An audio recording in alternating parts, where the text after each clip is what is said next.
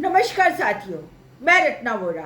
मेरे YouTube channel advocate Ratna Vora में आप सभी का बहुत बहुत स्वागत है। साथियों, हिंदू धर्म की एक मान्यता है, किसी ने कितने ही पाप क्यों ना किए हों, पर यदि वो एक बार गंगा नदी में डुबकी लगा ले तो उसके सारे पाप धुल जाते हैं।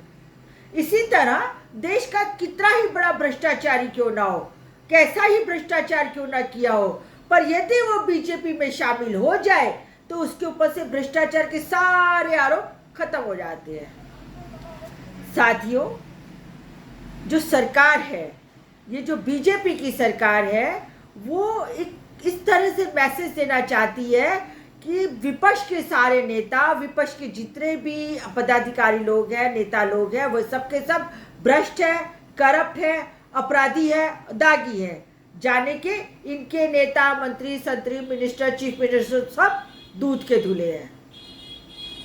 और वाह मोदी जी वाह, क्या बात है, क्या कहा था आपने?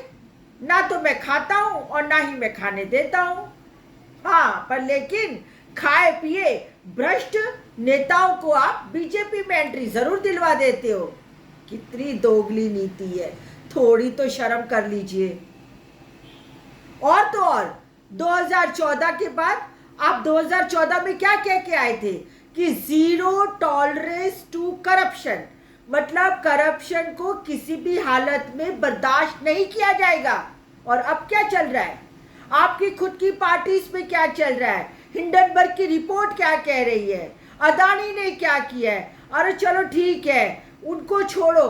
आपके खुद के राज्य में, गुजरात राज्य में कितना करप्शन है, कितनी बार पेपर लीक हो रहे हैं, कितनी बार पुल टूट रहे हैं, कहाँ पे कौन कौन से महकमे में करप्शन है, कितने करप्शन गिनाओ। तलाटी की नौकरियों में 15-15 लाख की बोली बोली जाती है।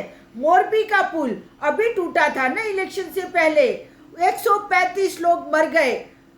और तो और अहमदाबाद की बात बता देती हूँ, अहमदाबाद में 40 करोड़ के खर्चे से हाटकेश्वर में एक पुल बना था और जिसकी लाइफ लॉन्ग थी 50 साल, और ये पुल 5 साल भी नहीं चला है। उसके बाद उसके ऊपर 90 लाख रुपए का और खर्च डाला आपने उसके रिपेयरिंग काम के लिए, और तो और रिपेयरिंग काम भी नहीं कर पाए, और अब सारे पैसा हो गया धूल, और सारे गरीबों की जो टैक्स की मनी थी वो गई एकदम बर्बाद, और अब इस पुल को तोड़ने की नौबत आ गई है। और आप कहते हैं कि जीरो टॉलरेंस टू करप्शन। खुद करप्शन बनाते हो, खुद करप्शन पैदा करते हो, और तो और इलेक्टोरल बॉन्ड क्या है? ये भी करप्शन करने का सबसे बड़ा जरिया है। आपने इसको लीगलाइज कर दिया है और करप्शन को लीगलाइज करने का बहुत अच्छा नया तरीका ढूंढ लिया है। और कहते क्या है? Zero tolerance to corruption. ना खाता हूं और ना खाने देता हूं। वाह मोदी जी वाह। इसके साथ ही मैं कुछ आपको एग्जाम्पल देना चाहती हूं। आपको याद होगा, हिमंता बिस्वास पहले कांग्रेस में थे, और कांग्रेस में से जब उनके ऊपर गुवाहाटी वाटर स्कैम की शंका की सुई उनके ऊपर थी, और जैसे उन्हें लगा कि उनको अब जेल जाने की नौबत आने वाली है, पलट गए, बीजेपी में चले गए, और शंका की सुई अब पता नहीं कौन सी दिशा में चली गई। ये थे हिमंता बिस्वास। दूसरा मैं आपको एग्जांपल देती हूँ, सुखराम शर्मा कांग्रेस के टेलीकॉम मिनिस्टर थे। उनके समय में देश का सबसे बड़ा टेलीकॉम स्कैम हुआ, वो उसके आरोपी थे। उनके बेटे अनिल शर्मा को आपने बीजेपी में शामिल कर लिया। अब सुखराम शर्मा चैन की नींद सोते हैं, कोई फर्क नहीं पड़ रहा, कोई टेंशन नहीं, कुछ नहीं, जीरो टॉलरेंस। 2014 में नारदा न्यूज के सीईओ मैथ्यू सैमुअल ने एक स्टिंग ऑपरेशन किया, और उस स्टिंग ऑपरेशन में तृणमूल कांग्रेस के जो फाउंडर मेंबर थे मुकुल रॉय, उनका नाम आया, कई साथियों का भी नाम आया, उनका नाम शारदा चिटफंड में भी था। नवंबर 2017 में उनका नाम आया, ईडी ने नोटिस दी, और एक हफ्ते बाद, ठीक एक हफ्ते के बाद वो बीजेपी में शामिल हो गए। बस फिर क्या था? छूमंतर, गायब, कुछ नहीं, कोई चार्ज नहीं, आराम से बीजेपी में है। इसी तरह से अरुणाचल प्रदेश के पेमा खंडू 32 एमएलए के साथ वो आपके पास आ गए और उनके ऊपर भी करप्शन के चार्जेस थे, उनके ऊपर भी क्रिमिनल कॉन्स्पिरेसीज के चार्जेस थे। जैसे बीजेपी में आ गए तो बात खत्म, छूमंतर, कुछ भी नहीं, गायब। सेवांदु अधिकारी ठीक 2016 में वेस्ट बंगाल के इलेक्शन से पहले बीजेपी में शामिल हो गए, उनके ऊपर भी करप्शन के चार्जेस थे। और तो और भावना गोविल जो पब्लिक ट्रस्ट के नाम से जिन्होंने 7 करोड़ रुपए का घपला किया है, अब उनके ऊपर भी कुछ नहीं। नारायण राणे, सब जानते हैं, नारायण राणे के ऊपर 300 करोड़ का मनी लॉन्ड्रिंग का घपला था आरोप, और जैसे उन्होंने बीजेपी में पलटी मारी, सब 300 करोड़ भूल गए और आराम से बीजेपी में बैठे हैं। इसी तरह BS Yediyurappa Bangalore development authority में गलत तरीके से कॉन्ट्रैक्ट देने के आरोप लगे थे, उनके ऊपर भ्रष्टाचार के बड़े आरोप थे, बीजेपी में आए और बाकी सब खत्म। और तो और कर्नाटक के बेल्लारी के रेड्डी बंधु, रेड्डी ब्रदर्स को कौन नहीं जानता, 16,500 करोड़ का माइनिंग स्कैम का आरोप था उनके ऊपर।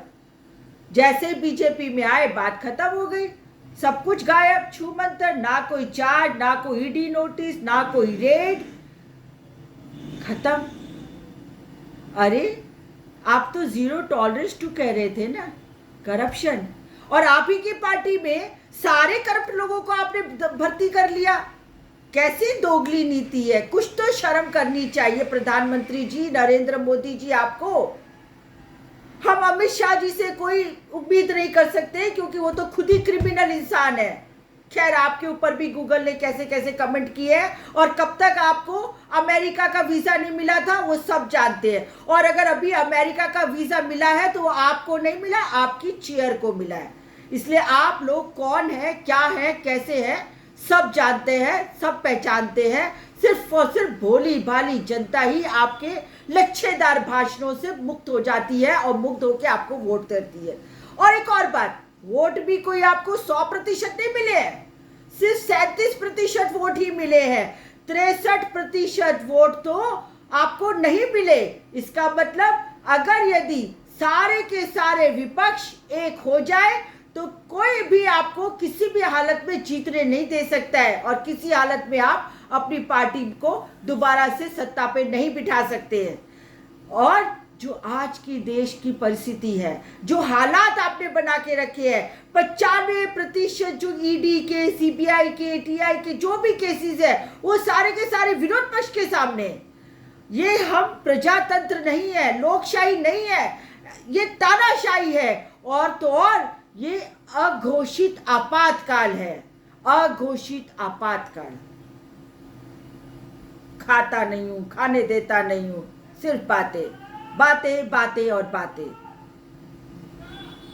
आज मेरे इस वीडियो में इतना ही, फिर मिलूंगी फिर एक नए वीडियो के साथ, एक नई टॉपिक के साथ। तब तक के लिए आपसे विदा मांगती हूँ। और तो और यदि आपको मेरा वीडियो अच्छा लगे तो इसको ज़्यादा से ज़्यादा लाइक कीजिए, सब्सक्राइब कीजिए और इसको ज़्यादा से ज़्यादा शेयर कीजिए। आप मुझे ट्विटर पे, इंस्टाग्राम पे भी फॉलो कर सकते हैं, फेसबुक पे भी मिल सकते हैं। फिर मिलती हूँ एक नई वीडियो के साथ। नमस्कार।